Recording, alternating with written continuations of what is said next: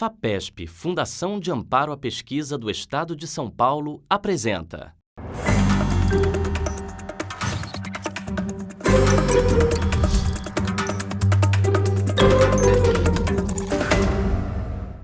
Amigas e amigos do canal Futura, continua agora na entrevista o desfile e a apresentação de pessoas que talvez não sejam tão conhecidas da grande população, do grande público, mas que são fundamentais para o progresso do Brasil, para o desenvolvimento da nossa ciência, do conhecimento, e que produzem não só, digamos, ciência de ponta, mas rapidamente a transportam em benefício da sociedade e do bem-estar de todos nós. Agora nós estamos falando com o professor Marcelo Menossi, do Instituto de Biologia da Unicamp. Na Unicamp, por alguns motivos, cresceu uma energia estranha em bioenergia. Tem vários grupos trabalhando, tendo como ponto comum a produzir cana-de-açúcar mais produtiva com menor impacto ambiental em termos de área e de uso de insumos químicos e assim por diante. Bom, eu não vou falar muito, Marcelo, mas essa é uma das coisas que o Brasil tem conduzido com sucesso. Nós somos talvez muito hábeis nisso, isso se deveu à pesquisa realizada no Brasil. E o que vocês estão fazendo lá na Unicamp nessa área? Nós estamos tentando prosseguir com essa tradição brasileira que talvez muitos de nós desconheçam, que o Brasil é um dos países que tem a matriz energética mais limpa do planeta, certo? Quase metade de toda a energia que a gente usa aqui no Brasil vem de fontes renováveis. E isso vem desde as nossas hidrelétricas e mais recentemente com o uso dos biocombustíveis, no caso o etanol, que abastece boa parte da nossa frota. Então, mais ou menos 15% de toda a energia que a gente usa no Brasil vem do etanol. E isso a população brasileira praticamente acho que não tem muita noção que nós somos um país assim exemplar para o mundo inteiro. Então nós temos a geração nossa que está nas universidades, agora nos centros de pesquisa, ela tem um dever, um peso bastante grande de continuar mantendo essa tradição brasileira de ser um país com uma matriz energética bastante limpa. E no caso da cana-de-açúcar, que é o foco do nosso laboratório, a gente tem se esforçado em tentar entender como que a gente consegue aumentar a produtividade das lavouras de cana sem aumentar a área cultivada, sem aumentar ainda mais a quantidade de insumos que é empregada pelo agricultor. Em suma, a gente quer produzir mais com menos, é aumentar a sustentabilidade da agricultura da cana-de-açúcar. E lá na Unicamp, na região de Campinas, tem vários pesquisadores que estão trabalhando nessa linha. A gente está focado sempre em como a gente consegue aumentar ainda mais o impacto positivo que esse setor da agricultura tem na economia e no ecossistema como um todo, do Brasil e do planeta, a gente pode falar, sem nenhuma falsa modéstia. Bom, você está usando alta genética e pesquisa assim, de altíssimo nível em genética molecular e você tem um diálogo interessante com a produção, né? Sim.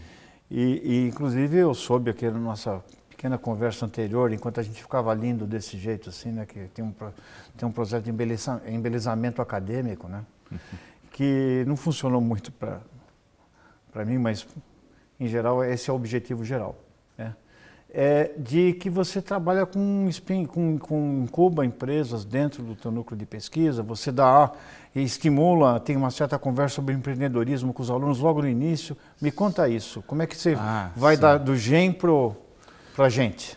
Então, no nosso laboratório, a parte mais acadêmica, a gente está interessado em investigar o código genético da cana-de-açúcar.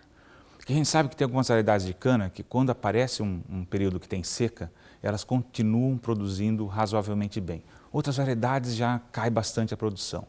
E a gente se pergunta o que existe no código genético dessas variedades de cana que conseguem manter uma produtividade razoavelmente alta quando ela está numa situação que está faltando água. Deu um veranico, deu aquelas secas terríveis que a gente já passou algumas vezes aqui no estado de São Paulo, em outras regiões do Brasil, que chegam até a quebrar em 50% a safra de cana.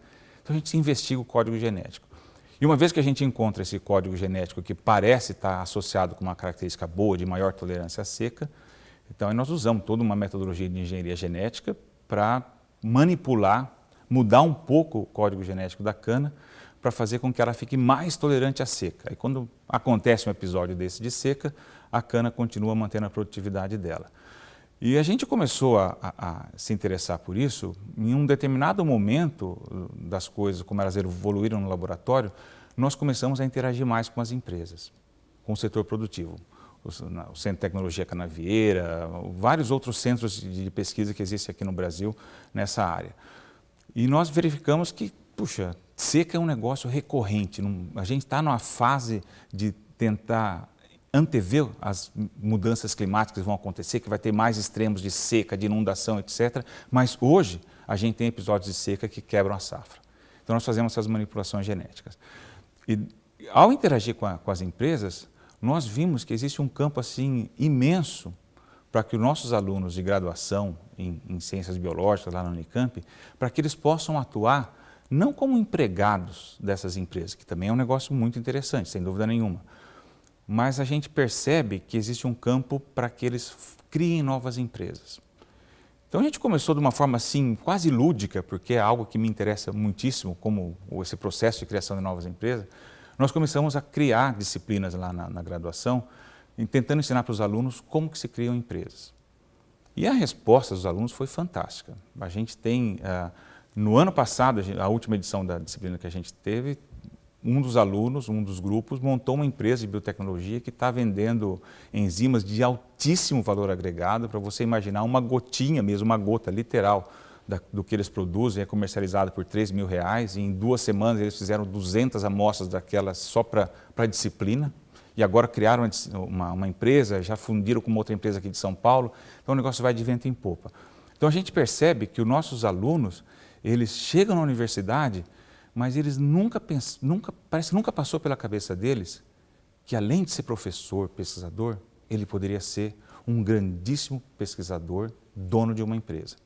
Então a gente ensina o caminho das pedras para esses alunos e a gente está vendo que a resposta é fantástica. E a gente acredita que esse empreendedorismo de base tecnológica, que vão criar essas empresas que vendem produtos de altíssimo valor agregado, ele tem muito a contribuir para o país.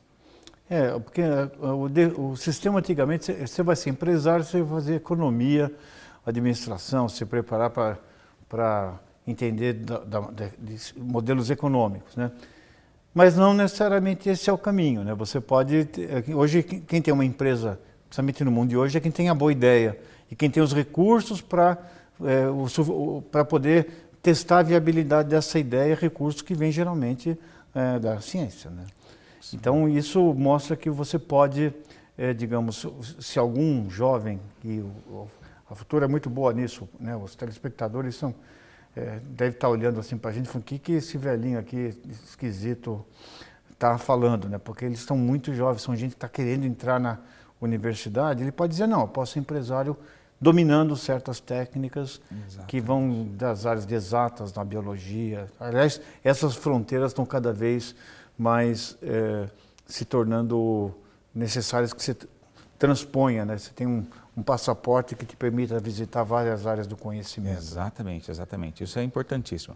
Eu acho que é essencial que dentro da academia a gente esteja atento para as demandas que a sociedade tem e também para aquelas demandas que nós entendemos que são essenciais que o país tenha, que muitas vezes essas demandas elas estão meio que soterradas diante de tantos outros problemas que a gente tem, mas o empreendedorismo de base tecnológica ele é importantíssimo. Essa semana mesmo nós visitamos uma usina na Bahia, onde nós entendemos perfeitamente como que eles conseguem ser a usina de cana no mundo que tem a maior produtividade agrícola. Eles são fantásticos e é exatamente uma equipe altamente integrada. Então, olhando esses exemplos de sucesso que a gente observa no mundo empresarial, nós conseguimos transpor isso para dentro da universidade. E essa visão integradora, transdisciplinar, que envolve biólogos, engenheiros e agrônomos, isso tudo é algo que cria uma sinergia bastante importante e ela é essencial para a gente cumprir com os desafios que a gente tem agora, que eles são imensos. Eles são imensos. Pois é, Marcelo, e outra coisa que eu acho legal, quando você está falando dessa ideia de programas, né? O programa do etanol tem uma continuidade há 40 anos, no mínimo, né? De incentivos, né? quando você acopla a ciência nisso, a permanência de programas exitosos e virtuosos fica menos dependente das mudanças dos ventos políticos. Sim. Porque existe ou seja, a ciência tem um compromisso de fazer coisas de médio, está mais acostumada a programas de médio e longo prazo. Sim, exatamente. Essa é uma preocupação bastante importante, porque o tempo de maturação de um produto de alto conteúdo tecnológico, usualmente ele é longo. Nós temos os casos esporádicos, Uber, outras empresas de tecnologia da informação, que são pontos fora da curva. Mas para você chegar numa cana que é mais produtiva em condições de seca, ou que seja mais produtiva em qualquer condição, isso é algo que é relativamente complexo. Para você ter uma ideia, um experimento que nós começamos em 2005, nós estamos licenciando o produto, a descoberta que nós fizemos, um gene que nós patenteamos, nós estamos licenciando esse ano para as empresas. Então, você vê o tempo de maturação, mais de 10 anos, para você chegar a algo que tem um nível de maturidade tecnológica suficiente para ser interessante para uma empresa.